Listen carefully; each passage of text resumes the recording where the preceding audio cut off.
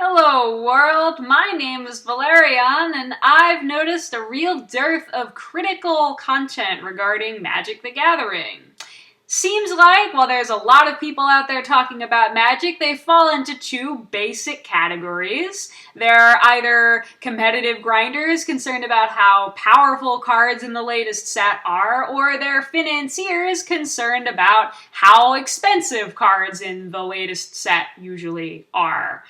And I'd like to produce some content that talks about Magic as an art form from that critical perspective, incorporating some of my background in art history.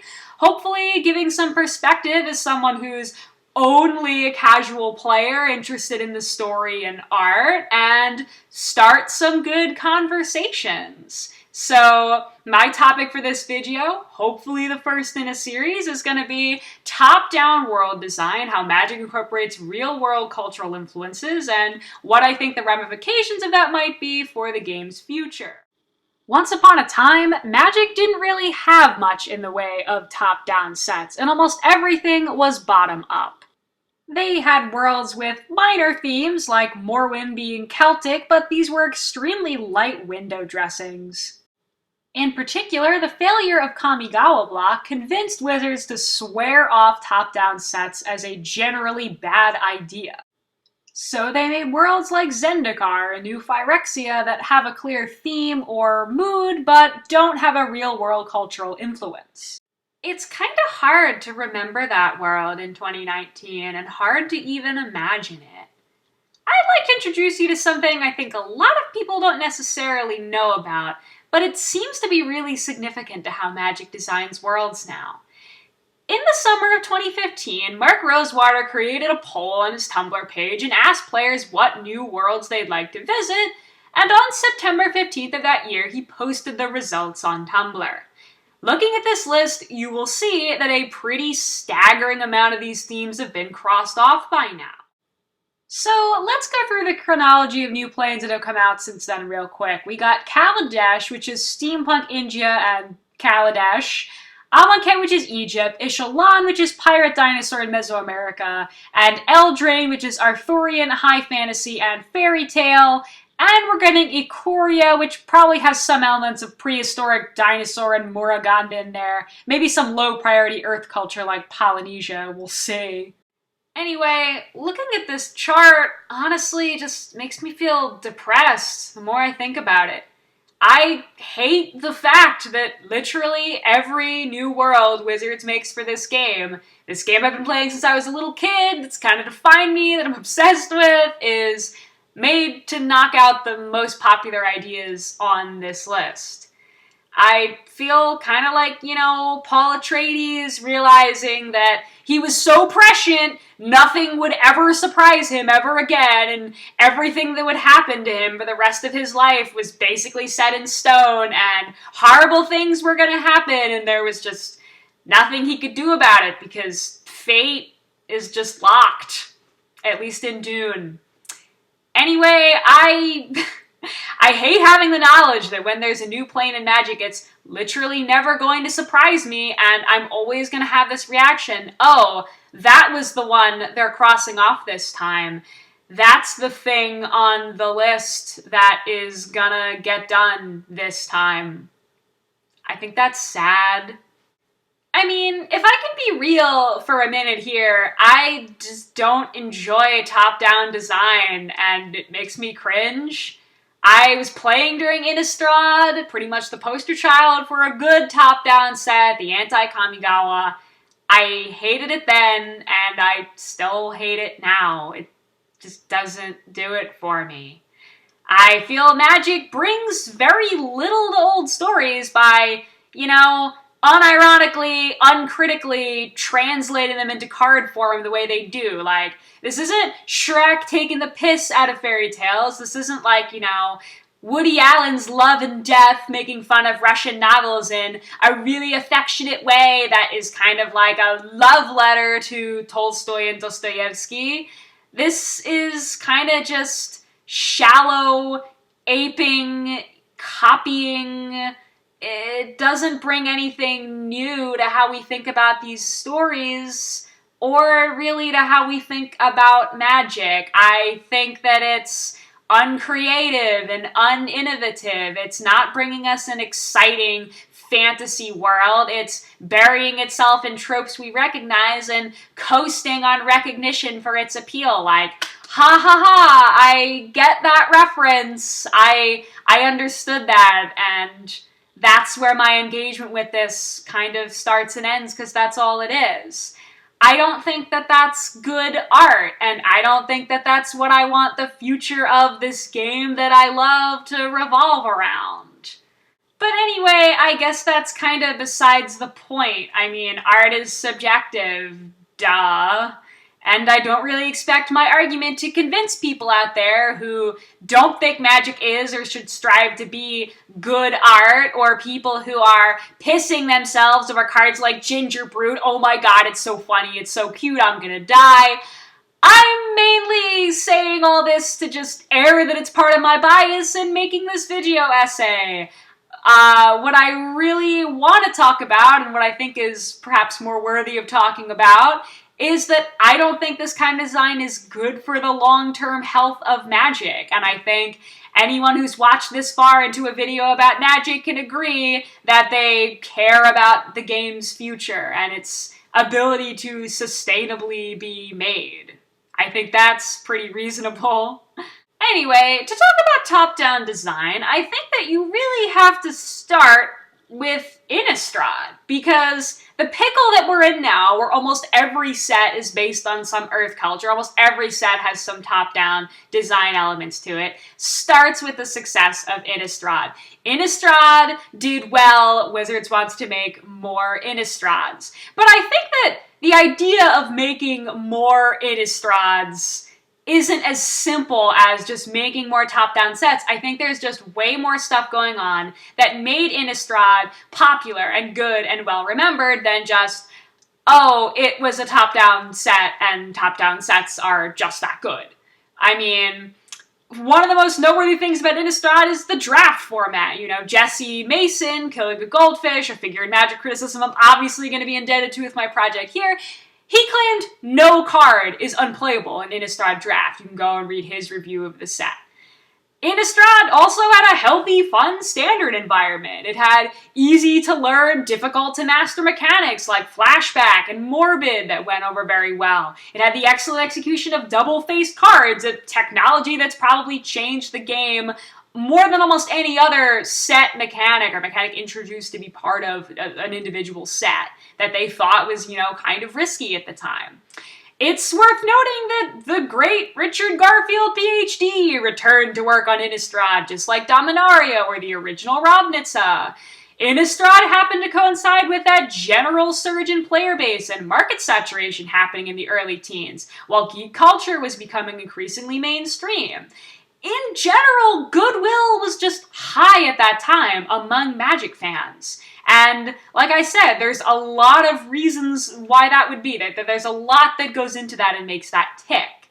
Personally, I wonder sometimes if there's an alternate universe out there where, you know, in their lust to recreate the success of Innistrad, Wizards of the Coast worked really hard to make every draft format similar to Innistrad and have no unplayable cards, but that's not the world we live in, I guess. We live in the world where every set is based on recognizable memes from pop culture instead. And the more I think about Innistrad's success and the extent to which it was successful as a top-down set, I think there really aren't that many themes that suit Wizards' needs for a top-down theme for a Magic set or a Magic world. I think Innistrad was really kind of lightning in a bottle insofar as Gothic Horror is just uniquely well-suited to being a Magic set theme. It has a clear mood or vibe that all the cards in Innistrad resonate with, and I think that mood-based design probably more accurately describes what pre-Innistrad Magic World design was kind of like. Gothic horror is a storytelling paradigm that's really deeply embedded in Western pop culture. You know, even little kids have seen ideas about these monsters, parodies of these monsters in cartoons and Halloween decorations and stuff, you know. Gothic horror fits into the overall narrative of magic in a way that feels natural. It's not too far from the typical tone or content of magic sets, but at the same time, it just felt very different and very kind of exotic compared to what magic was typically known for, without being exotic in a way like Kamigawa, where that average, you know, Westerner American player didn't understand it. I think that there aren't many themes that really are that well known and that rich with things to reference and riff on. The only ones that are sufficiently mainstream and well known among that Western audience that Wizards prioritizes would be Western European folklore, you know, your fairy tales, and the Grecian myths, and oh, Magic has done all of those at this point. To elaborate on that a little bit, let's remember that when creating Amonkhet, Wizards realized the average player they were designing for really didn't know that much specifically about ancient Egypt. And that's the theme that's number one on that list from Blogatog I showed you. The average player didn't know that much, and they couldn't really do that many references or clear top-down designs based on Egypt. And so aside from the real broad strokes, animal-headed gods, big buildings, a really big river, I guess, Amonkhet never had that strong a grounding in Egyptian culture.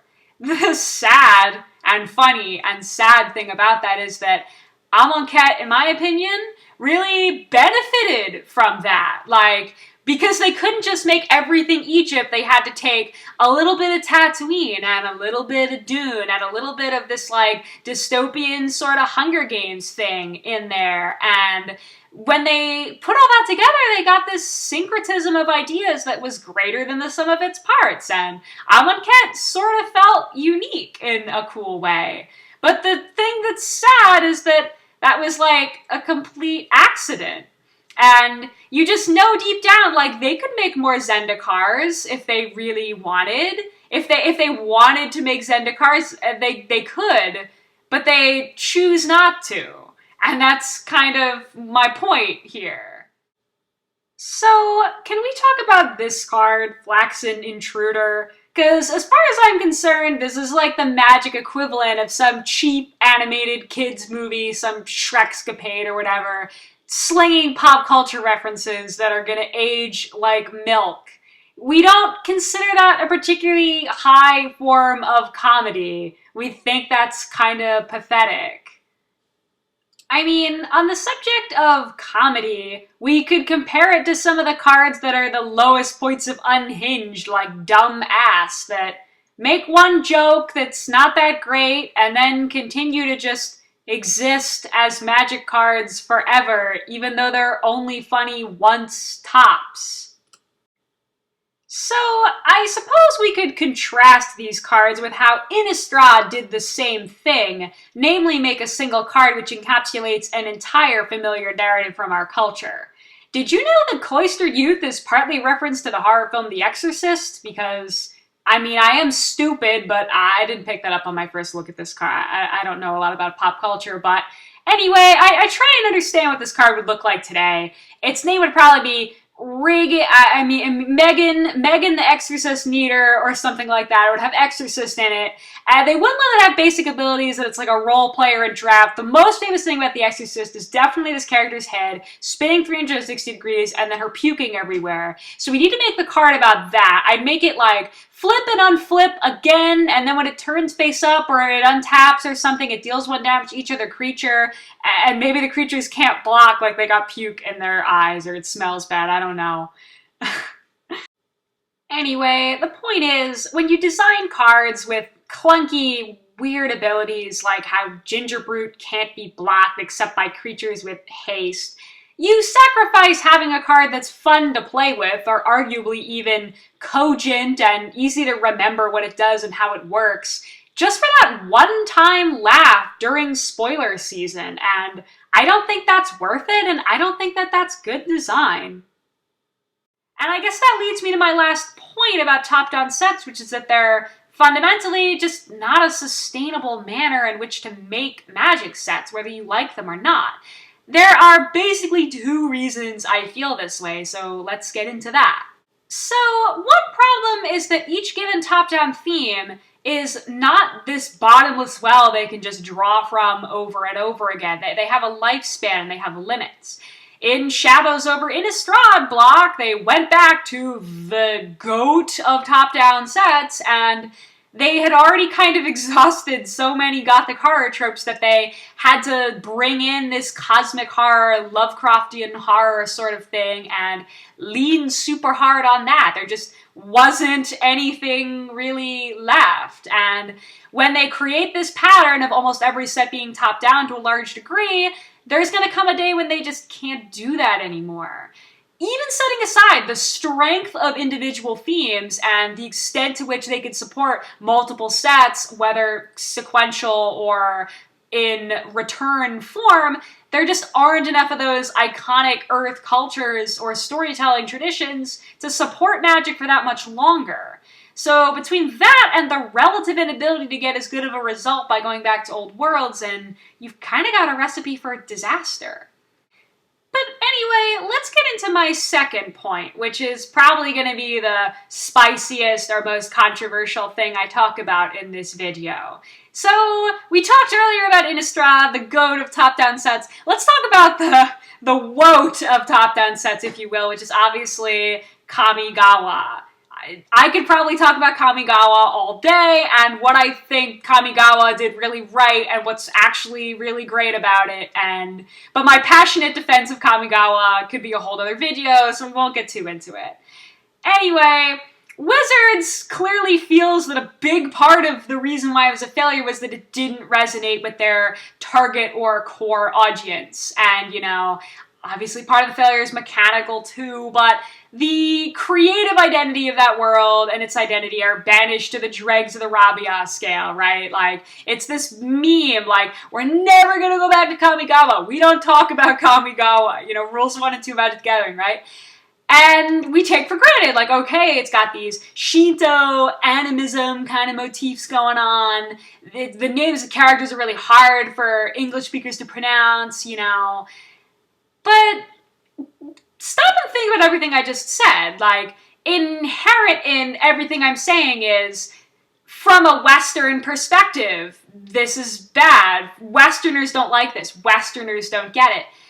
There definitely are people on this gay earth who are familiar with Shinto and are familiar with Japanese culture. Many of them are from Japan. And there is certainly a contingent of those people, people who know something about Japan and Shinto who do really like Kamigawa. And to a certain level, we kind of take it for granted. Like, representing different cultures is a good thing, right? It's something Magic should do. Not too long ago, Mark Rosewater published an article, Why Diversity Matters in Game Design, which, presents the thesis that I would certainly agree with, that, seeing yourself, something about you, your culture, the kind of person you are represented in a game feels great, and it gets you energized about the game and makes you want to play that game, right? It feels good and validating when you see a character who's like you on some level, I get that. I was a kid when the original Ravnica came out, and, maybe you didn't notice this so much, but Ravnica is based on Prague. And I'm Bohemian American, and you don't see a lot of media that is really based on, like, Western Slavic cultures, but, being a kid, and it's like, oh my god, haunted streets of Prague, ghosts everywhere, cobblestones, blini cakes, rusalkas, it feels good. I sympathize with that as much as anybody. And it makes me uncomfortable that Wizards when it comes to top-down sets, when it comes to representing different cultures in Magic, they retreat away from showing people of cultures that they don't think Westerners would recognize. It's really kind of messed up if you think about it, isn't it? Like, they're willing to go out and basically say, yeah, our core audience recognizes the stuff we're referencing in Eldraine because it's European folklore, essentially.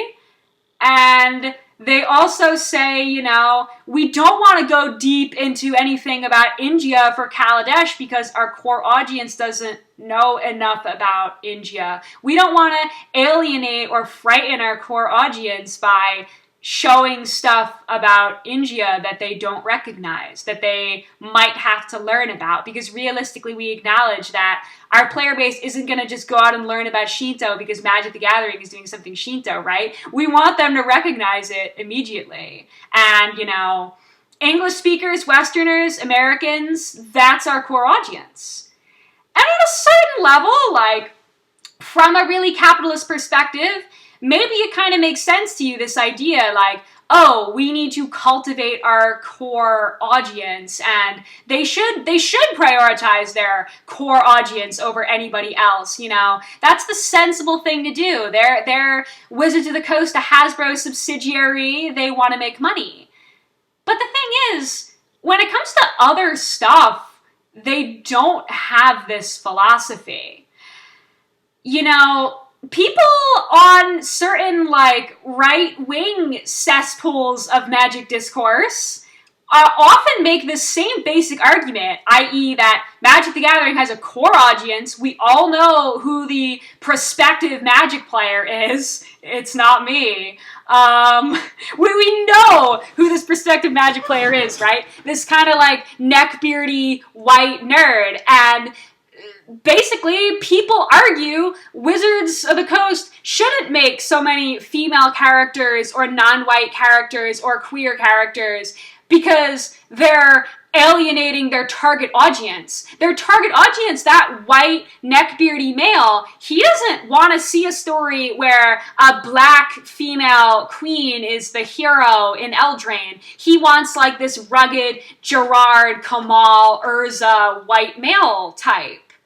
And I think when you think about it that way, you start to see the principle that, like, even if it's risky on some level, doing more to bring in other cultures and make people from other cultures feel welcome in Magic would be able to be a good thing that doesn't hurt anybody. Just like it doesn't take away from anybody or hurt anybody to have a black female hero once in a while, it doesn't hurt anybody to have a set like Ravnica that can be a really fun, cool Magic set with guilds and pushed as fuck gold cards, while also meaning a lot to someone who doesn't see their culture represented very much.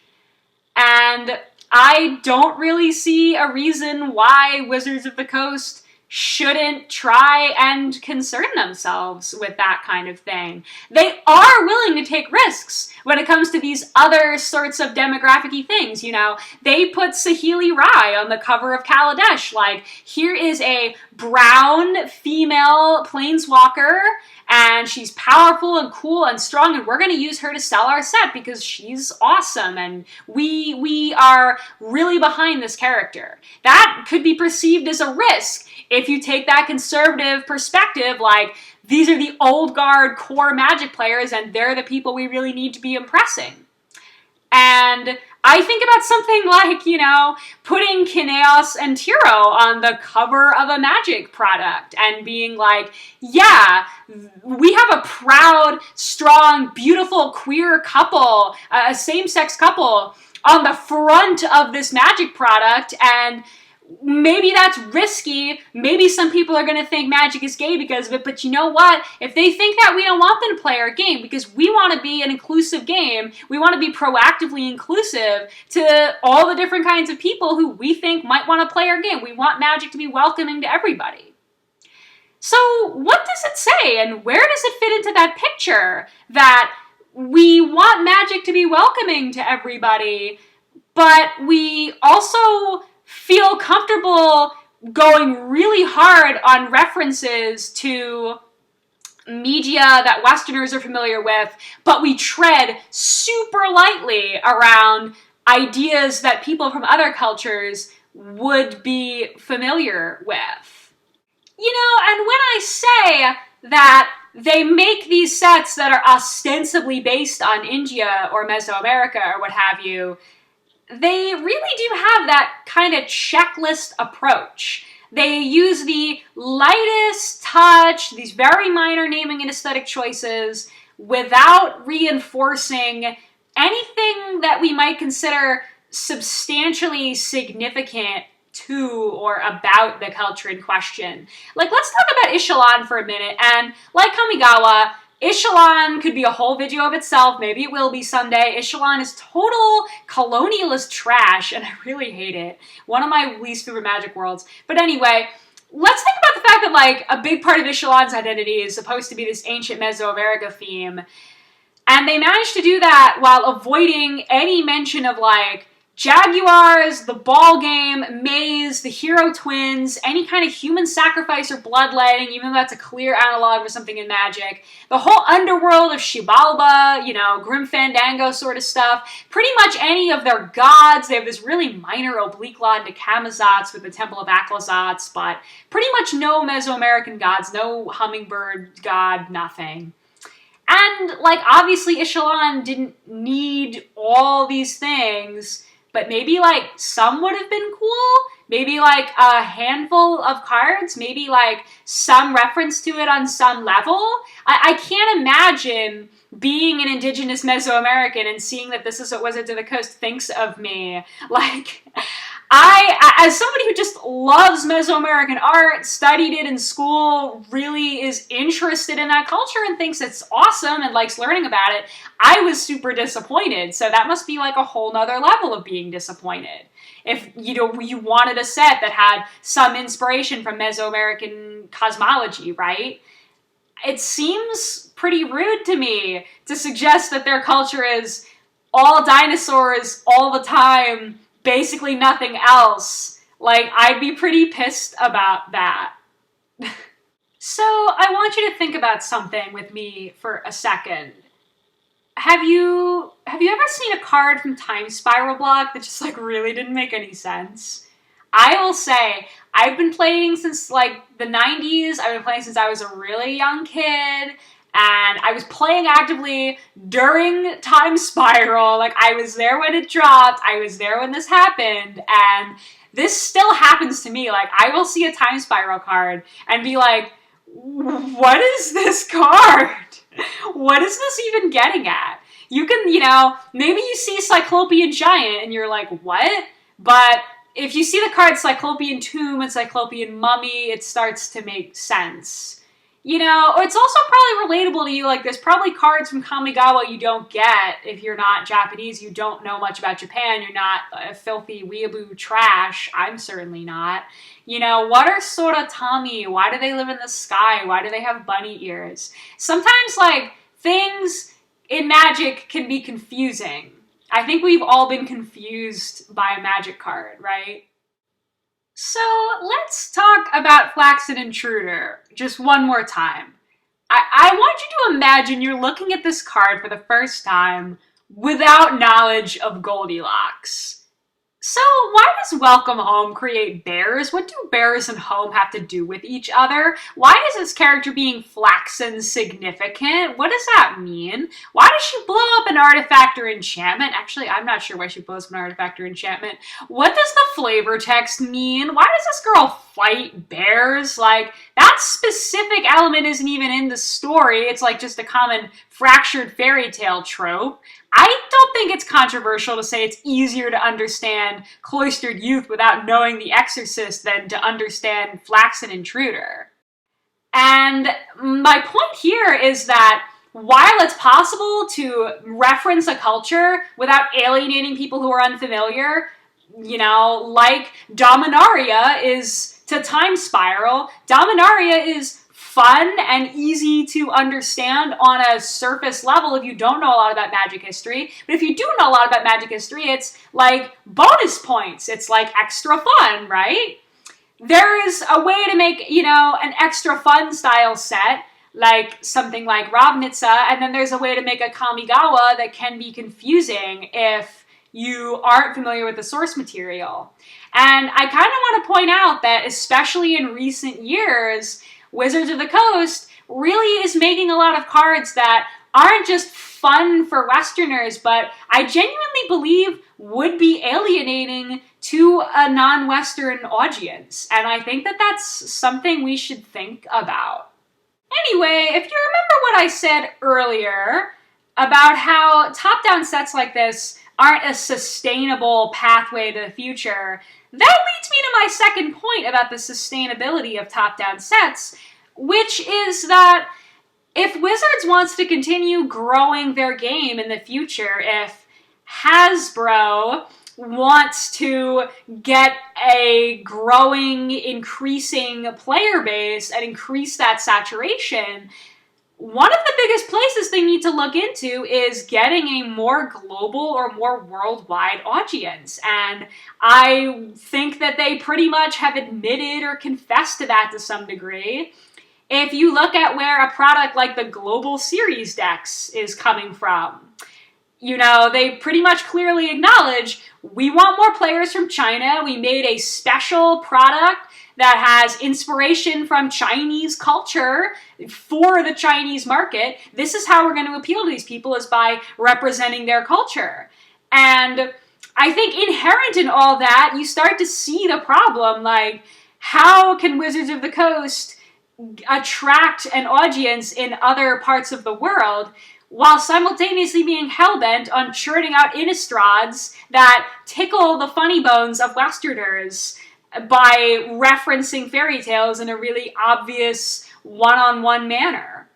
And that seems to me like it could potentially be a serious problem in Magic becoming more popular in other countries. And it should be obvious, like, I want everyone to play Magic. I want everyone to experience Magic. I think Magic is great, and I wouldn't be talking about it if I didn't care about it to some degree. So even though this upsets me and I don't like it, I still think that I have hopes that this trend doesn't last forever. I think that eventually they're going to be forced to not make Eldraines anymore, because it's just, like I said, not a sustainable way that's going to bring them to the future. And I think that it's something that we should be more critical of, and I think it's something that we should be willing to call Wizards of the Coast out on, this kind of behavior and this kind of design, when they try to signal very severely that, yes, we're inclusive, yes, we want everyone to play our game.